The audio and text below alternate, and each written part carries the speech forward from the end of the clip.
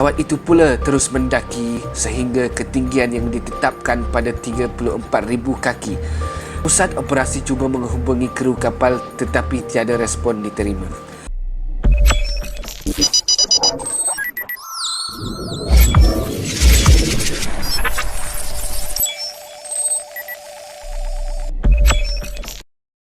Penerbangan terakhir MH370 pada 8 Mac 2014 dan MH17 pada 17 Julai 2014 merupakan siri-siri kemalangan dalam dunia penerbangan komersial yang sangat jarang berlaku dan sudah pasti menjadi igawan khususnya kepada rakyat Malaysia yang merasai kehilangan sejumlah 93 orang warga negara. Bagi rakyat Sipria pula, sebuah negara kecil di Eropah yang terletak di lautan Mediterranean. 14 Ogos 2005 menadakan satu tarikh hitam yang melibatkan kehilangan nyawa 107 orang warga negaranya apabila sebuah pesawat komersial di bawah syarikat penerbangan tempatan Helios terhempas di kawasan berbukit Grammatico, Greece. Pesawat Helios 522 dari model Boeing 737-31S itu digelar pesawat berhantu kerana keadaannya beberapa detik sebelum terhempas adalah sangat menyeramkan.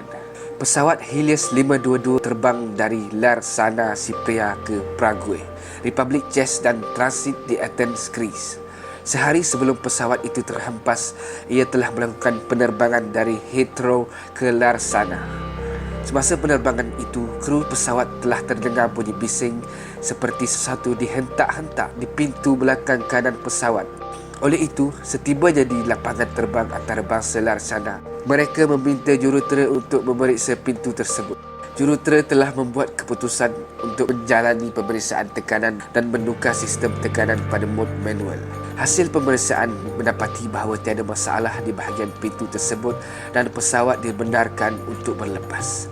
Namun, kecuaian terjadi apabila jurutera tersebut gagal menukar sistem tekanan pada mod auto setelah selesai menjalani pemeriksaan. Kapten kapal Hans Jürgen Merten dan pegawai pertama Chala Rombos berlepas bersama 115 penumpang dan kru pada jam 6.07 pagi waktu tempatan.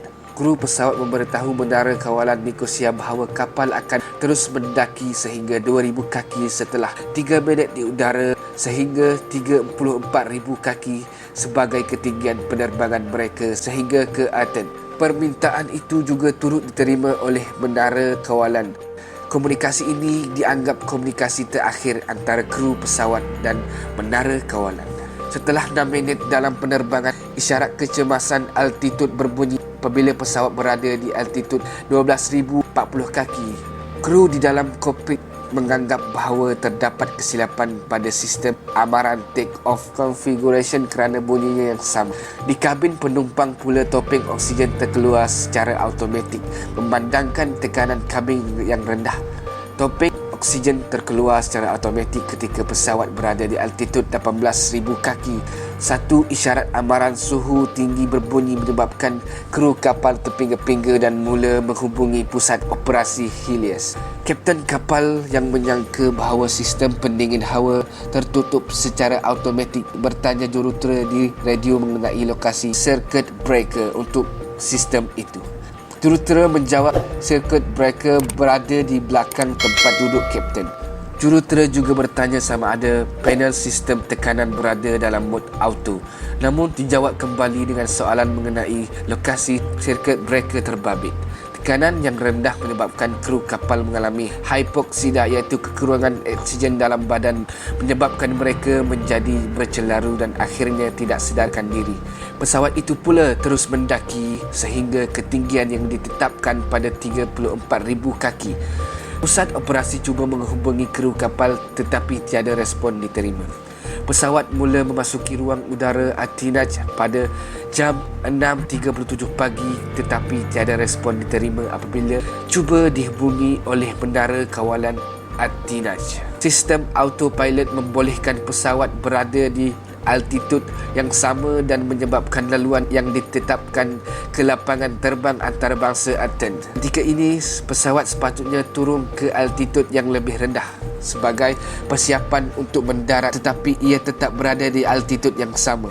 Menara kawalan cuba menghubungi pesawat sebanyak 11 kali namun tiada respon. Akhirnya mereka memberitahu menara kawalan Athens dan tentera udara Hellenic Krish tentang situasi Helios 522. Pada jam 8.23 pagi, dua jet pejuang F-16 dari tentera udara Hellenic berjaya memintas pesawat komersial tersebut dan juruterbang cuba mencari kerosakan pada fuselage pesawat namun tiada kerosakan atau kebakaran yang ditemui. Juruterbang jet cuba menghubungi kru kapal melalui frekuensi radio tentera tetapi tetap gagal. Menurut juruterbang F-16 tersebut, dia mendapati tiada orang di tempat duduk kapten dan melihat pegawai pertama yang tidak bergerak di tempat duduknya. Juruterbang juga melihat tiada sebarang pergerakan di kabin penumpang dan mendapati beberapa orang penumpang memakai topeng oksigen di mulut mereka. Keadaan yang sunyi di dalam kabin persis sebuah filem seram. Juruterbang cuba menggunakan bahasa isyarat untuk mendapatkan perhatian kru kapal namun tidak berhasil. 20 minit kemudian, juruterbang F-16 melihat pergerakan seseorang yang memakai baju biru muda dan jaket gelap memasuki ruangan kokpit pesawat dan duduk di tempat duduk kapten. Orang itu ialah pramugara Andreas Prodromou yang masih sedarkan diri dengan menggunakan balang oksigen mudah alih. Beliau juga memiliki lesen penerbangan komersial. UK cuba mengawal pesawat tersebut dan melambai ke arah juruterbang jet. Balang tidak berbau apabila enjin sebelah kiri terpadam kerana kekurangan minyak dan pesawat mula kehilangan altitude. 10 minit kemudian, enjin sebelah kanan pula terpadam menyebabkan kehilangan altitude yang mendadak. Akhirnya, pesawat tersebut terhempas di lereng bukit pada jam 9.03 pagi menyebabkan keseluruhan fuselage pesawat berkecai dan jilat api. Kesemua 121 penumpang dan kru pesawat mati di tempat kejadian. Menurut siasatan, kecuaian jurutera dan kru kapal yang tidak memastikan panel tekanan pesawat dalam mod auto merupakan punca mereka kekurangan oksigen dan mengalami hypoxia. Kesan dari kejadian itu menyebabkan CEO, COO, ketua juruterbang dan juga ketua jurutera syarikat Helios dijatuhkan hukuman penjara selama 10 tahun oleh Mahkamah Greece atas tuduhan bunuh. Autopsi ke atas mayat juga mendapati penumpang dan kru pesawat sebenarnya masih hidup sebelum pesawat terhempas.